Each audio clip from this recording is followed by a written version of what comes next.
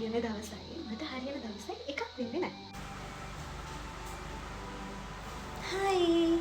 ඉතින් මම හොඳටම දන්න දෙයක් තමයි අපි කරන නරක දේවල් අපේ පස්සෙන් එනවා වගේම ඊටත් වඩා වැඩි වේගකින් අපි කරන හොඳ දේවල් එක්තරා කාලෙකදී අපේ පස්සෙන් එනවා. එතකොට අපි කරන නරක දේවල් වලින් බේරෙනවට වැඩිය අමාරුයි අපි කරපු හොඳ දේවල් වලින් අපිට ලැබෙන දේවල් වලින් බේරෙන්න.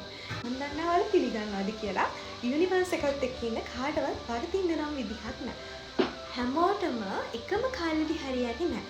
සමහර විට අද මට හරියනවා හෙට ඔයාට හරියනවා.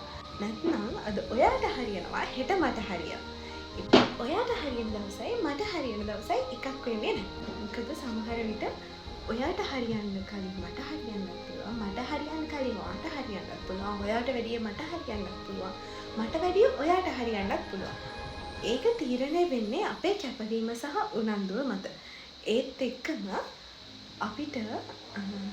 අපිට අපි කරපු කරන හොඳ දේවල් වල ආශිර්වාදිකුත් මේ දේවල් එක්ක එකතු වෙනවා.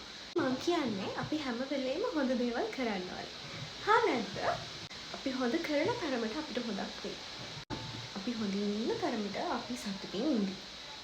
හැමෝටම එකම කාලෙදි හරියන්නේ නැහනේ. ඒ වගේම තමයි හැමෝටම එකම කාලෙදි වර්ධින්නේ නැහැ. ඉතින් ඔයා හොඳ දේවල් කරලා තියෙනවා නම් කවදා හරි ඔයාට හරියනවා. ඔයා විශ්වයත් එක්ක ඉන්න විශ්වාසයෙන් ඉන්න. ඔයාට හරියන දවස වැඩි ඈතක නෙවෙයි. අමතක වුණානේ. ඔයාලගේ ඩිසයින්ස් කස්ටමයිස් කරලා මහගන්නත් පුළුවන්.